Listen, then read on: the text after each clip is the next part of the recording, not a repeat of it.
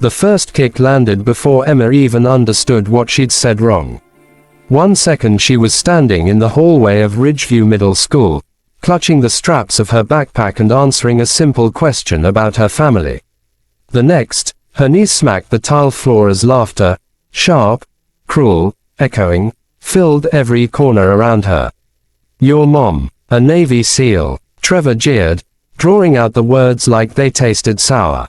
"Yeah, right, girls can't be SEALs. Why are you lying?" Another shove, another burst of laughter. Emma stared at the ground, heat burning behind her eyes. She wasn't lying. She never lied about her mom. But telling the truth felt like a trap she couldn't escape, because no one, ever believed a girl could have a hero for a mother. Especially a hero whose work meant slipping in and out of shadows most people would never know existed. She should have stayed quiet. She should have changed the subject. But she didn't, and now she was paying for it, curled on the polished floor as her classmates circled like vultures.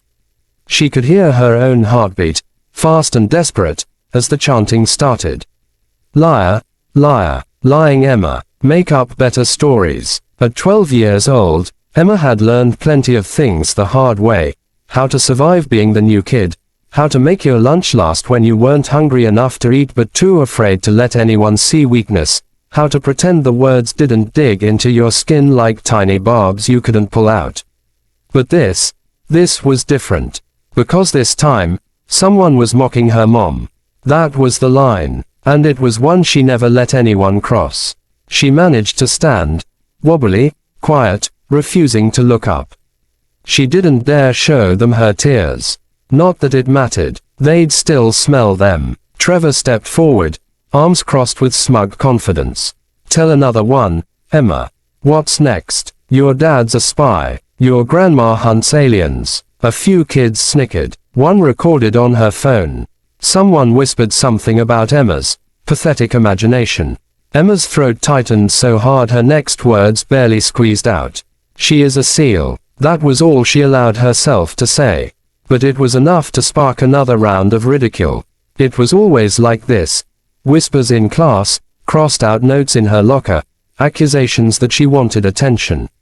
No one believed her. Not the students. Not most teachers. Even some adults laughed softly as if indulging a child's fantasy. But Emma never backed down, because the truth didn't need permission to be real. That afternoon, she went home bruised and silent. The house smelled like lavender detergent and wood polish, a calm contrast to the storm still churning inside her. She dropped her backpack and slid onto the couch, burying her face in her hands. Her mom walked in minutes later, wearing her usual after-work clothes. Simple jeans, hair pulled into a ponytail, eyes sharp but warm. Nobody would guess she'd ever jumped out of planes or swum miles in icy water or done things Emma would never know about. "Rough day?" her mom asked gently. Emma nodded. "They kicked me," she whispered. "Because I told them the truth. Because I told them about you." Her mom sat beside her and gathered her into her arms. "People fear what they don't understand," she murmured. "And they mock what scares them. But I hate it," Emma choked. "I hate that they think I'm lying. I hate that you can't tell anyone what you actually do. I hate that they treat me like I'm nothing." Her mom's arms tightened. "Emma, look at me." She did. "You are not nothing. You are stronger than you think. And you don't need to prove anything to them. But what matters right now is this. Did you stand up for yourself?" Emma hesitated, then nodded. "Yeah, I guess. That's all I need to hear." Her mom kissed the top of her head. "But I think I might stop by your school tomorrow." Emma's eyes widened. "Mom, no, don't embarrass me."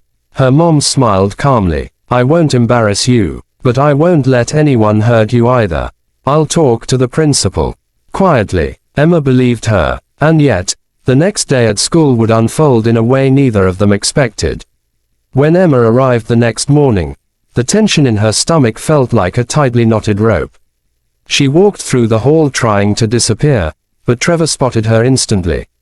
Well, lying Emma returns," he drawled. "Ready to tell the class more tall tales." A few kids laughed. Some looked away awkwardly. Emma clenched her fists. Then the door at the end of the hallway opened. Quietly, calmly, and everything, every voice, every step, every whisper, stopped. Her mother walked in, not in uniform, but somehow more intimidating in her simplicity. Posture straight, movements precise, eyes taking in the room with an expression that made even the teachers freeze mid-step.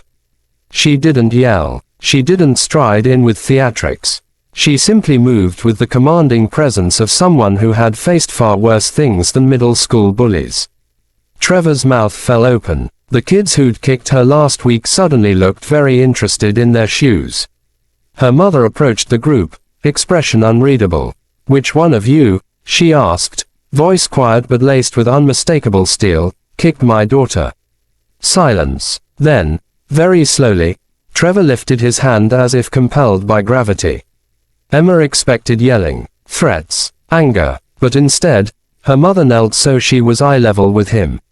"You kicked her because she told the truth?" she asked, soft but incredibly firm. Trevor swallowed hard. I didn't think. Girls can't be seals." Her mother held his gaze with an intensity that made him flinch. "You're right, most aren't. But some are. I was." Gasps rippled down the hallway. Her mother continued, "And do you know what it takes to become one?" Trevor shook his head. "It takes strength, discipline, endurance, sacrifice, and a whole lot of courage. Courage your classmate has shown every day, even when she stood alone." Trevor stared at the floor. Shame flickered across his face. Emma's mother stood and addressed the group. "You don't have to like my daughter. But you will respect her. Because she told the truth. And because hurting someone for being different, or for being honest, is weakness. And I don't tolerate weakness." Every kid in that hallway stood like a statue carved from nerves and regret. Emma's mother turned to her, smiled gently, and brushed her hair back. "Come on, sweetheart. Let's go talk to your principal." What happened later wasn't as dramatic.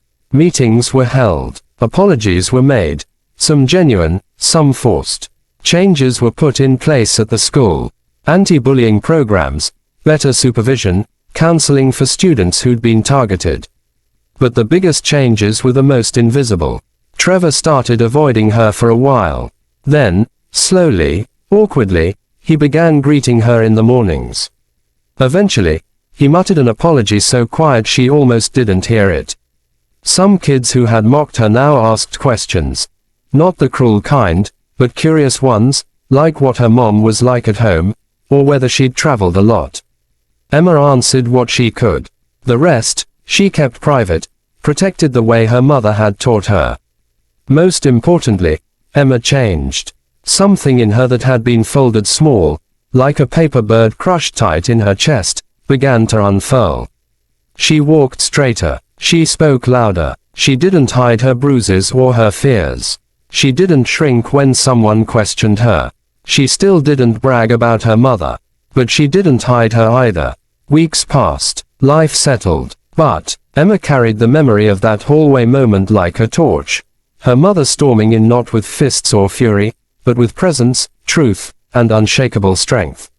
And one afternoon, as Emma walked home under the warm glow of the setting sun, she realized something important. It wasn't just about proving her mom was real. It wasn't even about stopping the bullies. It was about becoming the kind of person her mother had taught her to be. Brave, honest, steady, and strong even when everything around her tried to crush her. That strength wasn't loud. It wasn't flashy. It was quiet and powerful and carried in the way she lifted her head, the way she stood her ground, the way she refused to let anyone define her worth.